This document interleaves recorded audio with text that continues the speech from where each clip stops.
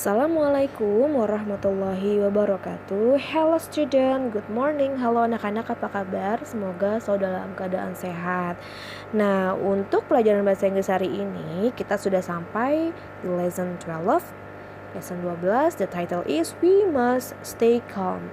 Kita harus tetap tenang. Nah, you will learn about, kalian akan belajar mengenai must and must not atau mustn't disingkatnya, keharusan dan tidak keharusan, and then earthquake safety tips. Nah, tips cara kita menyelamatkan diri dari gempa bumi. Nah, untuk pembahasan mengenai materi kita pada hari ini, silakan kalian lihat pada tayangan berikut. Mohon disimak. Oke, sebelum kita masuk untuk materi dalam buku teks, Miss akan menjelaskan terlebih dahulu mengenai must and must not. Mohon disimak ya nak ya. Must yaitu kata kerja bantu yang menjelaskan mengenai keharusan atau mesti mengenai suatu tindakan atau juga pilihan. Kata kerja modal yang berarti tak menampilkan perbuatan seperti kebanyakan kata kerja yang lain. Kata must dan must not atau mustn't diaplikasikan untuk menampilkan dua hal, ialah keperluan atau kemungkinan dalam satu kalimat.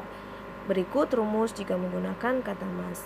Untuk mengetahui contoh kalimat bahasa Inggris menggunakan kata must, berikut beberapa contohnya. Study hard. Kami harus rajin belajar.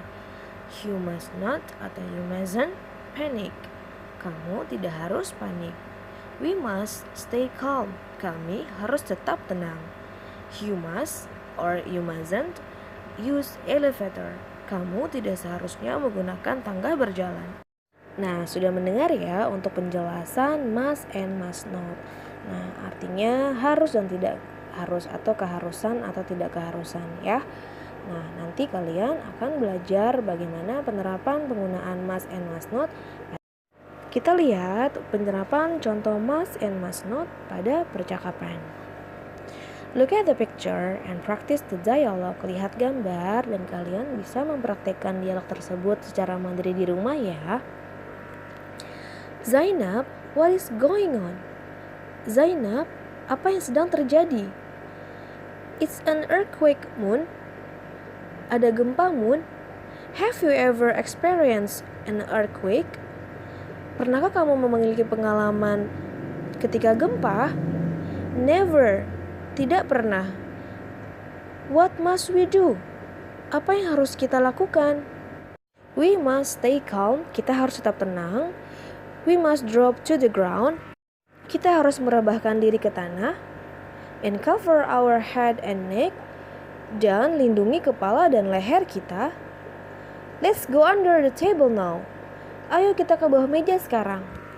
Berikut contoh gambar-gambar yang dapat kalian lihat untuk sebagai tips jika terjadi bencana gempa. Drop to the ground. Jatuhkan diri ke lantai atau ke tanah. Don't panic. Jangan panik. Cover our head and neck. Lindungi kepala dan leher kita. Don't rush to the door. Jangan terburu-buru menuju pintu. Hold on. Bertahanlah atau berpegangan. Stay indoors until the shaking stops. Tetap di dalam ruangan sampai getarannya berhenti. Be careful with the damage. Hati-hati terhadap kerusakannya.